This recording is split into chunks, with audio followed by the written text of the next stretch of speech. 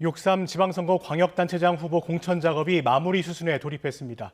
지방선거와 함께 치러지는 국회의원 재보궐선거에도 관심이 쏠리고 있습니다. 이동우 해설위원실 실장과 함께 전국 관련 상황 자세히 알아보겠습니다. 안녕하십니까? 예, 안녕하십니까? 네, 여야 지방선거 광역단체장 공천이 이제 마무리 수순에 돌입했다고요? 네, 그렇습니다.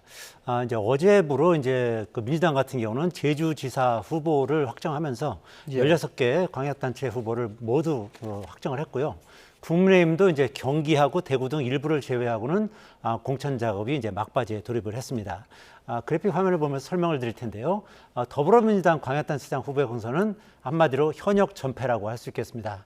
이제 국회 법사위원장 사퇴 16일 만에 현역 김동연 경기지사를 꺾은 육선 추미애 의원이 있고요. 또 김관영 전북지사가 제명된 뒤 후보 자리를 차지한 이원택 의원도 있고요.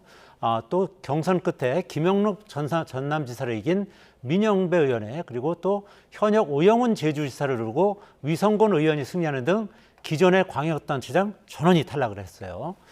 국민의힘은 오세훈 서울시장과 또 박형준 부산시장, 또 이철우 경북지사 등 지금까지 확정된 후보 전원이 기존의 단체장이었었습니다. 예. 다만 아직 경기도와 대구시, 이제 충청북도는 이제 국민의힘에서는 경선이 진행되기 때문에 좀 더 지켜봐야겠습니다만 또 대구 등에서는 이제 공천 잡음이 좀 이어지고 있는 상황 아니겠습니까? 이정현 전 공천관리위원장이 지지율 1, 2위를 달리는 후보를 갖다 컷오프했지 않습니까? 그러다 보니까 이제 잡음이 이어지는 것이고요. 또 당 지지율이 지지부진한 상황에서 후보를 구하지 못해서 지금 애를 태우는 그런 지역도 상당히 있다. 이렇게 알려지고 있습니다. 네. 그렇다면 이렇게 여당은 대부분 광역단체장을 물갈이하고 국민의힘은 기존 단체장을 다시 공천한 이유, 어떤 이유가 있을까요? 우선 이제 민주당 같은 경우에는 기존의 그 광역단체장들을 전부 물갈이했지 않습니까?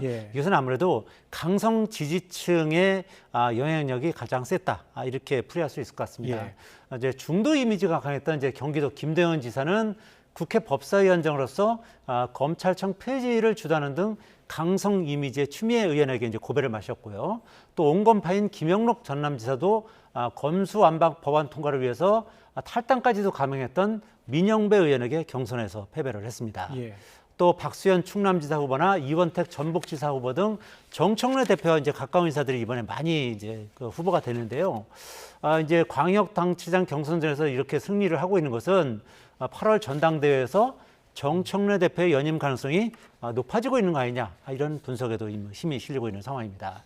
반면에 국민의힘은 아무래도 당 지지율이 낮은 상황에서 이제 현역 프리미엄이라도 지키기 위해서 대부분 현역 단체장들을 공천한 것이다, 이렇게 풀이가 되고요. 또 지명도 있는 현역 의원들의 도전이 거의 없었던 점도 영향을 미친 것으로 이렇게 보이고 있습니다. 실제로 강세 지역인 대구, 경북을 제외하고 나면 서울과 부산에서만 이제 현역 의원과의 경선이 치러졌지 않습니까? 또 경선을 한 서울이나 부산 같은 경우에도 현역 단체장이 무난하게 승리를 했었던 것이고요. 그렇기 때문에 이제 이런 그 여야의 광역단체장이 뭐 현역이 한쪽은 전패하고 한쪽은 대부분 현역을 공천하고 이런 구도가 형성됐다, 이렇게 볼 수 있겠습니다. 네, 그렇다면 지금 6.3 지방선거 이제 40여일 남기지 않았습니까? 지금 여야 정당 지지율이 얼마나 차이가 나는 거죠? 네, 최근 여론조사를 보면 민주당이 국민의힘의 더블 스코어 이상으로 이제 앞서고 있는 것으로 나타나고 있는데요. 그래픽 화면을 보면서 설명을 드리겠습니다. 지난주 금요일 발표된 이제 갤럽 여론조사를 보면요, 지난주가 이제 민주당이 48%, 그리고 국민의힘이 19%, 그리고 무당층이 26%예요. 그 국민의힘 지지율은 지금 1월 3주부터 지금 4월 3주까지 쭉 지지율이 나오고 있는데, 민주당은 41%에서 48%까지 지금 나오고 있는 그런 상황이고, 민주당은 이제 3주 연속으로 현 정부 출범 이후 최고치를 기록하고 있는 반면에 국민의힘은 이제 전주에 비해서 1%포인트 떨어진 거고, 지금 이제 무당층이 26%지 않습니까? 그래서 이제 시쳇말로 지금 국민의힘이 무당층에 제1야당 자리를 내줬다, 이런 얘기도 지금 나오고 있는 그런 상황이고요. 이념 성향별로 이제 조사를 해봤는데, 갤럽에서 한 여론조사입니다. 그 보수 이념 성향을 가진 분들을 보면 더불어민주당이 23%, 국민의힘은 51%를 지지하고 있고요. 중도에서는 48대 12로 민주당이 4배 차이로 앞서고 있고요. 또 진보에서는 민주당이 79%, 국민의힘은 5%에 불과한 상황입니다. 그러니까 그 보수층에서 무려 23%가 민주당을 지지하는 반면에 진보층에서는 단 5%만 이제 국민의힘을 지지하는 것으로 이제 나타나고 있는 그런 상황인데요. 예. 이제 장동혁 국민의힘 당대표가 지난해 8월 26일 날 선출이 됐는데 그 이후에 윤 어게인 행보를 이어오면서 이같이 보수층에서는 절반 정도만 국민의힘을 이제 지지하는 것이고요. 또 오히려 23%나 보수 그 지지자들이 민주당 지지로 돌아선 것이다. 이렇게 볼 수 있겠고 예. 또 중도층에서는 무려 4배 차이의 그 격차를 보이고 있는 것이다. 이렇게 풀이가 되는 상황입니다. 여론조사를 자세히 보면 6.3 지방선거를 앞두고 여당 후보가 더 많이 당선돼야 한다는 의견이 훨씬 많았다고요? 네, 그렇습니다. 이제 좀 전에 이제 정당 지지율보다는 예. 지금 한 이 여론조사가 사실은 실제 그 표심에 더 가깝다 이렇게 보는 것이 이제 여론조사 전문가들의 이제 대체적인 지적인데요. 그래픽 보면서 설명드리겠습니다. 그 여당 후보가 많이 당선돼야 된다. 지난주에 45%였고요. 야당 후보가 많이 당선돼야 된다. 28%, 17%포인트 격차인데요. 예. 이 지지율 그 견해차는 지난해 10월 16일을 보면 39대 36으로 3%포인트 차이밖에 안 났었어요. 그렇다가 올해 1월에 들어서 43대 33으로 한 10%포인트 차이로 벌어졌다가 점점 그 차이가 이제 벌어지면서 지난주에 이어서 이번 주도 17%포인트 격차를 보이고 있는 건데요. 앞서 말씀드린 것처럼 이제 장동혁 대표가 윤어게인 세력과 절연하지 못하고 오히려 이제 한동훈 전 대표 등 반대 세력들에 대한 제명 등 분열 행보를 보였던 것이 이 같은 여론조사로 나타난 것이 아닌가 이렇게 분석이 되고요. 즉, 그 여당이 아무리 무리한 행보를 보인다 하더라도 오히려 윤어게인을 외치면서 강성 행보를 보이는 국민의힘을 더 심판해야 한다. 이런 여론이 더 강하다는 것이 여론조사 전문가들의 이제 대체적인 분석입니다.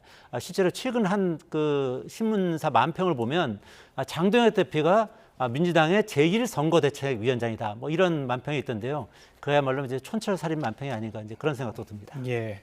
이번 이제 지방선거를 앞두고 여야 당대표 행보도 극명하게 대조를 보이고 있는데 우선 민주당 정청래 대표는 현장 민생 행보를 이어가고 있죠. 네, 그렇습니다.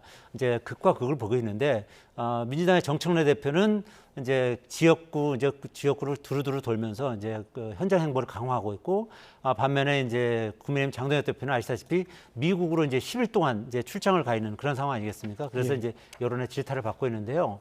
정청래 대표는 이제 국회를 벗어나서 지역에서 최고위원회의를 주 2, 3회 열고 있는데요. 현장 최고위에는 해당 지역 선거에 출마하는 후보들도 참석시켜서 지역 발전 공약을 이제 내세우고 있는 그런 상황입니다. 정 대표는 텃밭과 험지, 격전지 등을 가리지 않고 이제 두루 방문하고 있는데 주말을 이용해서 이제 울산을 찾은 정청래 대표는 1호 영입 인재로 내려온 전태진 변호사를 지켜서면서 울산 난갑 출마를 지원 사격했는데요. 한번 정청래 대표의 말 한번 들어보시겠습니다. 예. 이곳 울산에도 조심스럽게 파란 바람이 일렁이고 있다. 이렇게 이제 정청래 대표 이제 광폭 행보는 이제 좀 전에도 보였지만 높은 당 지지율과 이제 맞닿았다 이렇게 이제 이런 분석이 나오고 있고요. 예. 또 정 대표의 현장 행보가 8월 전당대회를 앞두고서 사전 어떤 그 포석 차원에서 이런 그 광폭 행보를 보이고 있는 것이 아니냐 이런 분석도 나오고 있는 상황입니다. 네. 반면 이제 야당 대표, 국민의힘 장동혁 대표는 미국 출장을 10일이나 가면서 여당 그리고 당 안팎에서 비난을 사고 있죠. 네, 그렇습니다. 방미 중인 장동혁 대표는 이제 10일을 꼬박 채운 뒤에 내일 새벽에나 이제 귀국할 예정이거든요. 도대체 체류위원회 누구를 만나서 뭘 했는지 여전히 오리무중인 그런 상태고요.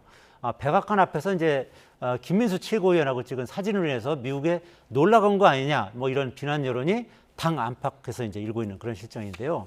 반면에 이제 국민의힘 광역단체장 후보들은 장동혁 지도부하고 거리를 두면서 독자 선대위를 꾸리고 있는 그런 상황입니다. 서울시장 후보로 확정된 오세훈 서울시장은 일찌감치 서울시 차원의 별도 선대위를 이제 꾸리기로 했고요. 또 장동혁 지도부 역할이 점점 줄어들 것이고 이제는 후보자의 시간이다 이렇게 말했어요. 한번 직접 들어보시겠습니다.